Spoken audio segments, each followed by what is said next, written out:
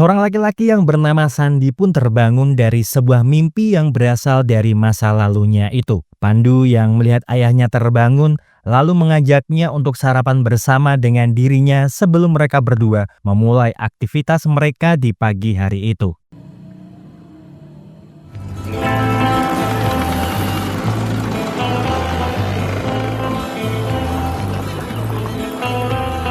Meskipun Sandi bisu dan tuli, akan tetapi pekerjaannya itu adalah sebagai seorang preman yang tergabung dalam sebuah ormas loreng bernama Pemuda Perkasa. Namun, keberadaan ormas tersebut hanyalah sebagai kedok organisasi nirlaba lantaran selalu terlibat dalam kegiatan ilegal yang ada di daerah Cipaloh. Pagi hari itu, pimpinan mereka yang kerap dipanggil guru sedang menginstruksikan semua bawahannya untuk melakukan tugas mereka, yaitu melakukan penggusuran pada salah satu perkampungan yang ada di desa Cipaloh. Segera setelahnya, Beng Beng pun lalu memberikan instruksi kepada para anggota Ormas Perkasa untuk mengusir para penduduk agar segera mengosongkan desa Cipaloh. Sandi yang sebenarnya tidak bisa menerima perlakuan kasar dan kesewenang-wenangan rekanannya ingin sekali mencegah perbuatan mereka. Namun yang bisa dilakukannya saat ini hanyalah berdiri mematung melihat apa yang sedang dilakukan oleh semua anggota Ormas Loreng. Melihat Sandi yang melamun, Beng Beng lalu menyuruh Sandi untuk masuk ke dalam sebuah rumah milik Pak Haji agar dia bisa mengusirnya dari rumahnya. Namun bukannya takut, Pak Haji malah mengusir Beng Beng beserta dengan rekanannya menjauh dari rumahnya. Ngapain kamu? Pergi nggak lu? Waduh! Di hadapan Sandi, Pak Haji mengatakan jika dia tidak suka dengan cara Ormas Perkasa dalam mengusir para penduduk. Apalagi semenjak orang itu menjadi pemimpin Ormas, kebenciannya terhadap organisasi ini semakin mendalam. Pak Haji hanya mengingatkan Sandi untuk segera menghentikan cara hidup premannya ini. Sebab dia masih mempunyai seorang anak kecil yang tidak harus hidup di lingkungan seperti ini. Sementara itu di sekolah dasar, Pandu sedang mengalami pembulian oleh ketiga teman sebayanya di belakang sekolah. Sebab gara-gara ayah Pandu, mereka jadi terusir dari desa ini. Dia dikeroyok hingga mengalami memar di seluruh tubuhnya. Pak Guru pun lalu datang untuk menghentikan ulah dari ketiga teman Pandu. Namun bukannya memberikan hukuman, Pak Guru malah meminta mereka untuk segera pulang ke rumah. Pandu yang melihat hal tersebut jelas tidak menerimanya, karena Pak Guru hanya meminta mereka bertiga untuk pergi dari sana tanpa mendapatkan hukuman. Yang lalu dibalas Pak Guru dengan kata-kata, kalau di dunia ini tidak semuanya hitam dan putih. Nah, dunia ini tidak semua hitam dan putih. Di tempat yang berbeda, ketika Paul sedang keasikan bernyanyi dan menari, Sandi datang ke markas Perkasa untuk memberitakan kalau Pak Haji masih bersikeras mempertahankan rumahnya itu. Paul pun sudah menduga kalau sikap Pak Haji masih seperti itu, yang pastinya akan membuat Pak Guru semakin marah. Paul lalu memberikan Sandi sebuah amplop yang berisikan sejumlah uang untuk diberikannya kepada komandan sebagai uang setoran keamanan organisasi Pemuda Perkasa. Pak Guru saat ini sedang berada di rumah Hanung demi meyakinkan dirinya kalau dia yang akan menang dalam pelelangan tanah. Pak Guru telah mengatur semuanya, termasuk mengusir para penduduk desa Cipaloh dari rumah mereka. Kendala mereka hanyalah Pak Haji saja, namun Pak Guru berjanji kepada Hanung jika dia akan menyelesaikan semuanya esok hari demi bisnis mereka berjalan dengan lancar. Setelahnya, Pak Guru kembali ke markas PP untuk memberikan tugas penting kepada para bawahannya esok hari. Pak Guru ingin permasalahan di desa Cipaloh segera mereka atasi, terutama permasalahan rumah milik Pak Haji. Sandi ditugaskan untuk menyampaikan pesan kepada Pak Haji agar dia mau bertemu dengan dirinya esok hari. Sementara yang lainnya diberikan tugas yang berbeda dari biasanya, yang malah membuat Beng Beng kesal dengan keputusan Pak Guru karena kali ini dia ditugaskan untuk menjaga markas yang biasanya dijaga oleh Paul.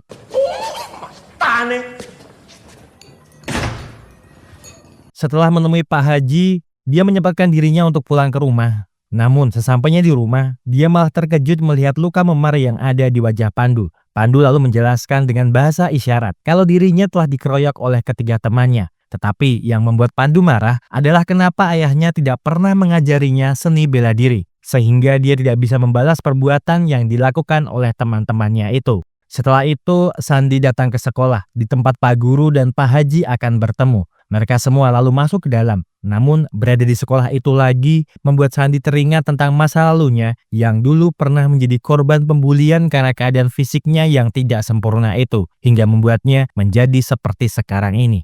Pak Haji yang juga sampai di sekolah itu tak sengaja melihat Pandu yang juga datang mengikuti ayahnya. Pak Haji lalu berpesan kepada Pandu, jika dia sudah dewasa nanti jangan pernah bekerja seperti ayahnya. Ayahnya sebenarnya adalah orang yang baik, hanya saja dia berkumpul dengan orang-orang yang salah. Tetapi jangan khawatir, Pak Haji berjanji akan memberikan pelajaran untuk para kawanan preman itu. Selamat malam, Pak Haji.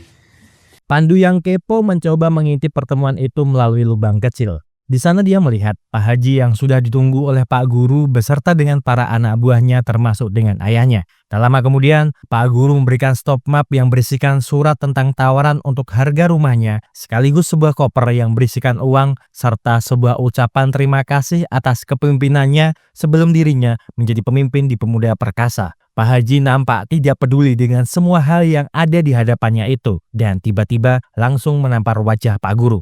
Pak Haji mengatakan, jika dia dulu mendirikan Pemuda Perkasa itu tujuannya adalah demi melindungi masyarakat yang ada di desa Cipaloh agar tidak terusik oleh para bajingan-bajingan kota yang ingin memiliki tanah desa ini.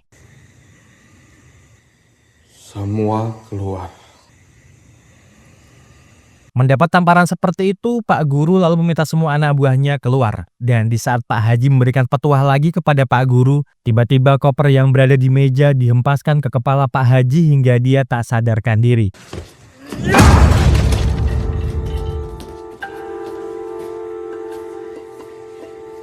Pak Guru lalu berpesan kepada semua anak buahnya untuk membereskan masalah yang ada di sini, agar tidak ada orang yang tahu selain mereka. Namun tiba-tiba, Pak Haji yang sudah tersadar menusukkan pisau tepat mengenai lengan Paul yang kemudian menodongkan pisaunya itu ke leher Pak Guru agar dia bisa keluar dari sana hidup-hidup.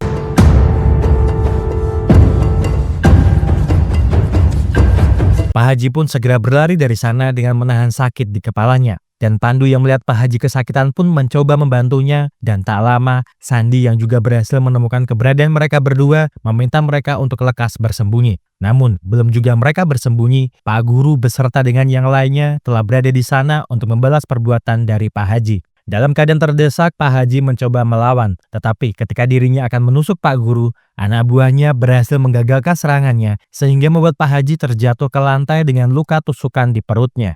Melihat Pak Haji yang masih hidup, Pak Guru pun lalu mencekik leher Pak Haji hingga dia mati.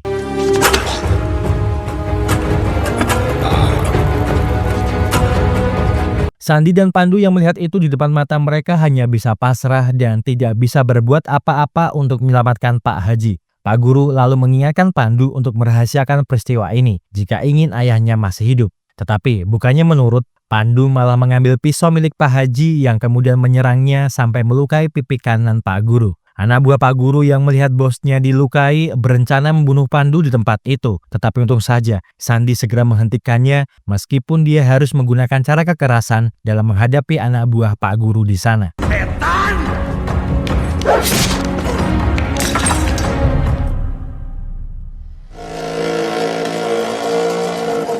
Sandi dan Pandu pun segera pergi menggunakan motor ke sebuah tempat karaoke agar dia bisa meminta bantuan kepada seorang polisi bernama Joko yang sedang bersama dengan wanitanya bernama Cherry. Tetapi karena Joko tidak mau membantu mereka berdua karena menganggap preman dan polisi itu sama saja, apalagi jika dia melawan Pak Guru itu sama saja dengan dirinya yang menyetor nyawa, membuat Pandu marah dan segera pergi dari sana dengan ayahnya itu.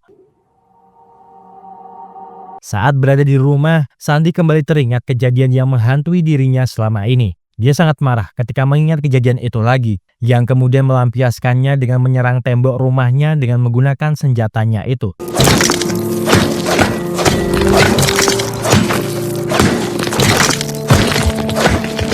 Setelah merasa puas, dia lalu menuju ke ruang tamunya yang ternyata di tempat itu, para anggota Pemuda Perkasa telah menyandera Pandu. Di tempat yang berbeda, ketika Joko dan Cherry sedang bermain golf, mereka kembali membahas kejadian kemarin saat Sandi dan Pandu meminta tolong kepada Joko. Cherry menyarankan Joko, kalau sebaiknya dia menolong mereka berdua karena cepat atau lambat dirinya harus menjadi polisi yang benar.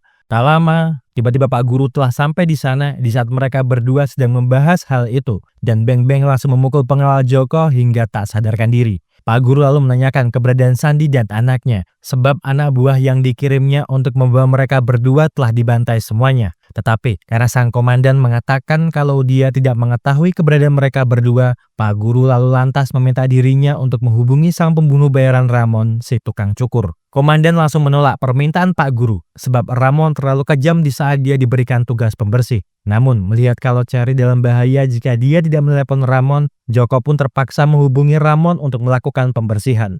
Setelah selesai menutup teleponnya, Pak Guru pun lantas segera pergi dari sana, tetapi meninggalkan anak buahnya untuk mengawasi Joko serta berbuat semau mereka terhadap Cherry.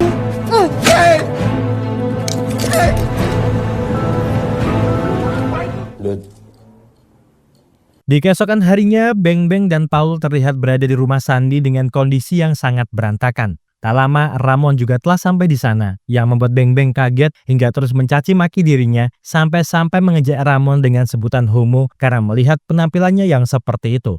Ramon yang tidak peduli dengan omongan Beng Beng memfokuskan dirinya untuk mengetahui bagaimana cara Sandi membantai orang-orang Pak Guru. Dia mengeluarkan kekuatan roh Gosokmo-nya untuk melihat kejadian di masa lalu yang terjadi di tempat itu dan melihat kalau Sandi sedang bertarung dengan beberapa preman sendirian menggunakan senjata andalannya itu.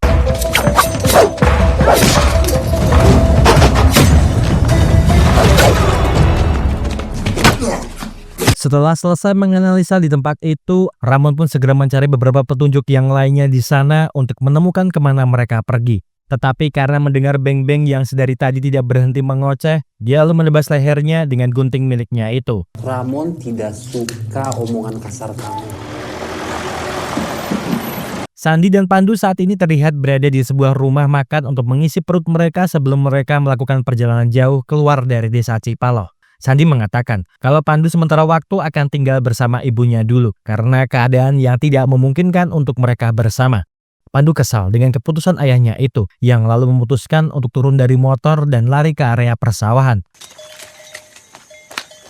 Sandi pun lalu mencoba mengejar Pandu dan kembali meyakinkan dirinya soal keputusan itu meskipun mereka harus bergulat di atas pematang sawah. Kemarahan Pandu itu sebenarnya sangat berdasar karena semenjak kecil dia sudah ditinggalkan ibunya. Namun karena melihat ayahnya yang terus meyakinkannya soal ibunya membuat Sandi terpaksa mengikuti keinginan ayahnya itu. Setelah sampai di rumah ibunya yang berada di tengah sawah, mereka disambut oleh adik ibunya yang kemudian menyuruh mereka berdua untuk masuk terlebih dahulu karena ibunya belum pulang ke rumah. Malam hari pun berlalu, ibunya yang bernama Mayang itu pun akhirnya kembali pulang ke rumah. Tak lama seorang pria lalu ikut masuk ke dalam sana, yang ternyata itu adalah Ramon. Ramon lalu menjelaskan kalau dia tak sengaja bertemu dengan Mayang sewaktu di jalan sebab tadi di luaran sana turun hujan yang sangat lebat. Ramon lalu mengenalkan dirinya kalau dia adalah seorang tukang cukur dari Jakarta yang akan membuka cabang usahanya di daerah sini tanpa membuat curiga Sandi dan Pandu. Dia kemudian menawarkan mereka untuk potong rambut gratis yang langsung diiyakan oleh adik Mayang saat itu juga. Mayang lalu bertanya kepada Sandi tentang apa tujuan mereka berdua datang ke tempat ini. Sandi mengatakan jika ini sangatlah rumit untuk dijelaskan tetapi satu hal yang pasti, dia meminta Mayang menjaga Pandu untuk sementara waktu sebab dirinya akan memperbaiki semua kekacauan ini. Sandi pun lalu pamit pergi dari sana dan berjanji akan berubah menjadi lebih baik daripada sebelumnya meskipun Mayang masih kesal karena kenapa Sandi tidak keluar dari pekerjaannya tersebut dari dulu. Tak lama setelah Sandi keluar, dari belakang terlihat Ramon sudah menggorok leher adiknya. Mayang yang melihat kejadian itu langsung menyelamatkan Pandu dan menyuruhnya untuk segera pergi. Namun, Mayang malah terkena tusukan tepat di kepalanya saat akan membawa Pandu kabur.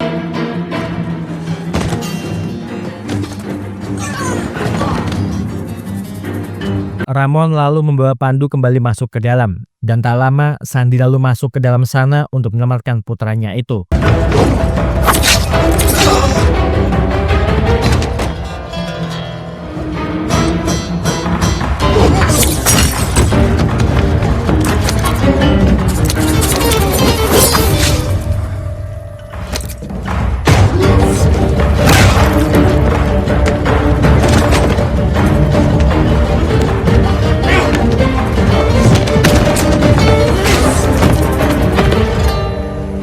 Setelah lama mereka berdua bertarung, terlihat Sandi yang terpojok oleh Ramon. Ramon lalu berusaha menusukkan guntingnya ke leher Sandi. Namun untung saja, dari belakang, Pandu melemparkan botol berisi minyak yang ada apinya ke tubuh Ramon. Ramon pun mati terbakar, dan ketika mereka berdua akan pergi dari sana, mereka pun hanya bisa bersedih melihat Mayang yang sudah tak bernyawa tergeletak di depan rumahnya sendiri. Setelah itu, Sandi dan Pandu pun segera pergi menjauh dari rumah Mayang, tak tahu harus kemana sambil menahan sakit yang diderita oleh Sandi. Sandi yang tidak bisa menahan rasa sakit serta darah yang terus keluar dari tubuhnya mulai merasakan halusinasi dan melihat mendiang Pak Haji, adik Mayang dan juga istrinya, dan dia juga melihat Pandu yang sedang berada di depannya sebelum akhirnya Sandi tak sadarkan diri.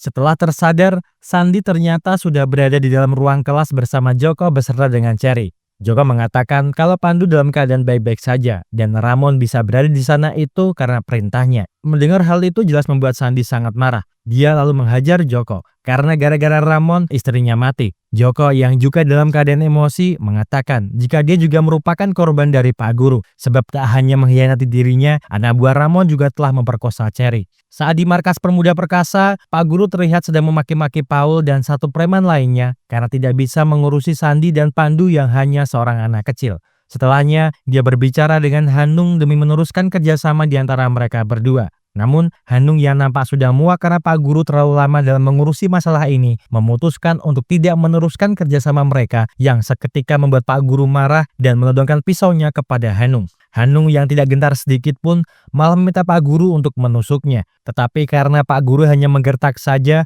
Hanung pun meninggalkan tempat itu dengan santainya. Pak Guru yang lalu mendapatkan kabar jika Ramon telah mati semakin dibuat marah, sebab semua yang terjadi pada dirinya itu diakibatkan oleh Sandi. Sementara itu, di sekolah, Sandi bertanya kepada putranya itu tentang apakah dia baik-baik saja karena komandan akan memanggil Pak Guru ke tempat ini agar semua masalah mereka terselesaikan. Pandu pun mengatakan kalau dia baik-baik saja, sebab dia yakin kalau ayahnya akan menyelesaikan semua masalah ini. Sandi lalu memberikan sebuah surat kepada Pandu yang berisikan tentang kenapa dia bisa menjadi preman seperti ini. Di dalam surat itu, ayahnya bercerita jika keinginannya menjadi preman adalah menutupi cacat di dalam dirinya. Sebab menjadi seperti dirinya itu tidaklah enak. Dia sering dibully dan dipinggirkan. Maka dirinya pun berpikir, jika ayahnya menjadi preman, maka tidak akan ada orang lagi yang akan berani membulinya. Namun, setelah mempunyai dirinya, pikiran Sandi selama ini ternyata salah. Sebab mereka tidak perlu mendengar untuk mendengarkan hati nurani mereka sendiri.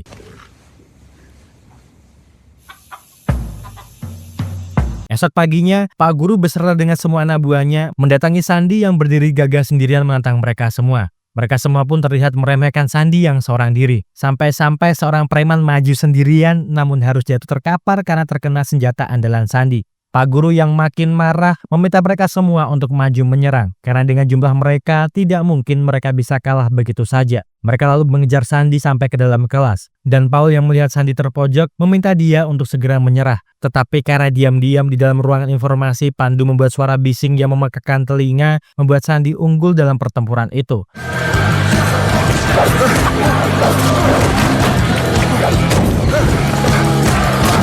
Paul berusaha untuk mencari sumber suara berisik itu, dan setelah berhasil masuk ke dalam ruangan informasi, dia pun lalu menyandera Pandu agar Sandi menghentikan aksinya tersebut. Kamu Malam pun berlalu, Sandi yang tersadar dari pingsannya hanya bisa pasrah saat Pak Guru akan menyiksanya.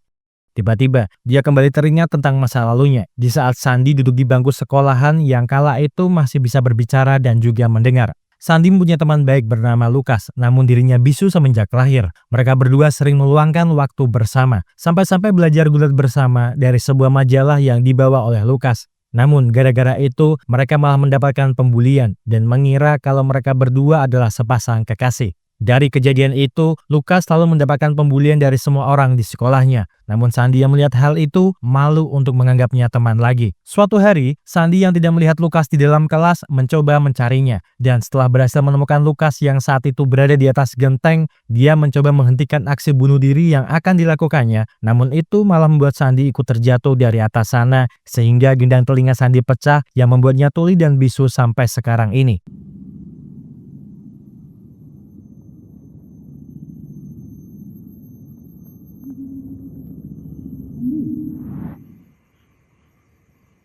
Shin pun kembali ke dalam ruangan kelas, di mana Pak Guru masih terlihat menyiksa Sandy secara perlahan.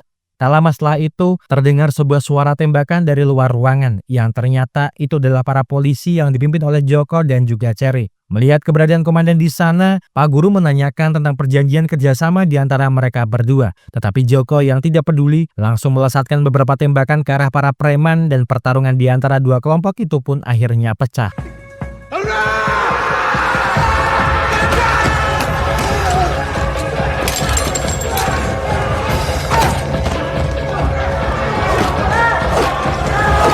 Joko yang melihat adanya kesempatan segera melepaskan ikatan Sandy. Tetapi diam-diam Pak Guru mengambil pistol milik Joko dan berusaha menembakkannya ke arah Sandy, namun malah peluru itu meleset dan mengenai Pandu.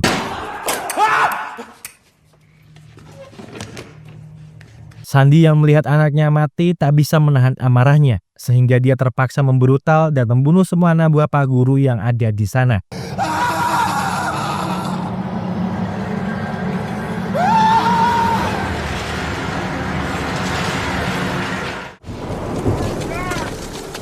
Setelah menghabisi anak buahnya, Sandy berlari mengejar Pak Guru yang berusaha kabur. Dan tanpa ragu, dia langsung melukainya dengan pisau sampai Pak Guru itu terjatuh. Pak Guru memohon agar Sandy tidak membunuhnya. Tetapi sepertinya permintaan maafnya tidak digubris, sehingga membuat Sandy harus membunuh Pak Guru dengan mencekik lehernya itu.